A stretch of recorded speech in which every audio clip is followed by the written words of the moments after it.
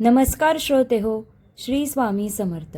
संजीवनी स्वामी कृपेची भाग 1 मध्ये आपले स्वागत आहे. आज वळूयात स्वामींच्या 16व्या अनुभूतीकडे. स्वामी शक्ती भक्तापाठी. मी स्वामी भक्त कसा झालो, त्याच्याकडे कसा ओढलो गेलो, हे आमच्या एका कौटुंबिक अनुभवातून कसे घडले ते मी खाली नमूद करत आहे. 1997च्या एप्रिल महिना होता. माझी मोठी मुलगी सौ मनीषा भट MAT वरून ऑफिसला जात असे. तेव्हा मी पुण्यात धानोरी आळंदी रोड येथे राहत होतो व ऑफिसला गणेशखिंडीत जावे लागे. एकदा तिची गाडी स्लिप झाली आणि ती पडली. डोक्याला छोटीशी खोक पडली होती. त्यावेळी तरी अपघाताची तीव्रता जाणवली नव्हती. त्याचेही कारण म्हणजे माझी पत्नी सौ उर्मिलाने तिला तसे वळणच लावले होते की नेहमी घराबाहेर पडताना पपू स्वामींचा अंगारा लावून त्यांना नमस्कार करूनच बाहेर जात असे. अँटीबायोटिक्सचे डोस चालू होते. असे 2 आठवडे गेले. त्याच काळात समजले की ती गरोदर आहे.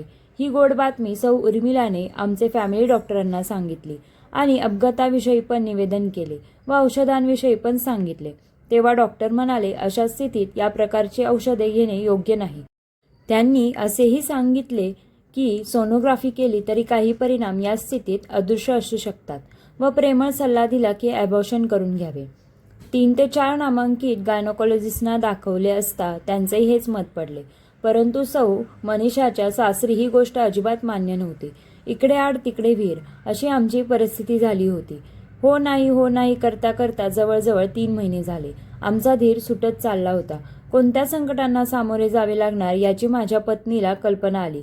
ती पपू स्वामींच्या फोटोसमोर बसून त्यांना आर्ततेने हाक मारू लागली, धावा करू लागली व त्यांना तिने विनवले की उद्या सकाळी 8 वाजेपर्यंत याचा सोक्षमोक्ष लावा आणि मला तणावमुक्त करा. आणि खरोखरच पपू स्वामी तिच्या हाकेला धावून आले. दुसऱ्या दिवशी बरोबर सकाळी 8 वाजता सौ मनीषाचा आम्हाला फोन आला. निसर्गतःच तिचा गर्भपात झाला आणि खरोखरच आम्ही निश्वास सोडला. स्वामींनाच माहिती होते की तिच्या बाळाला पुढे निश्चितच समस्या निर्माण झाली असती.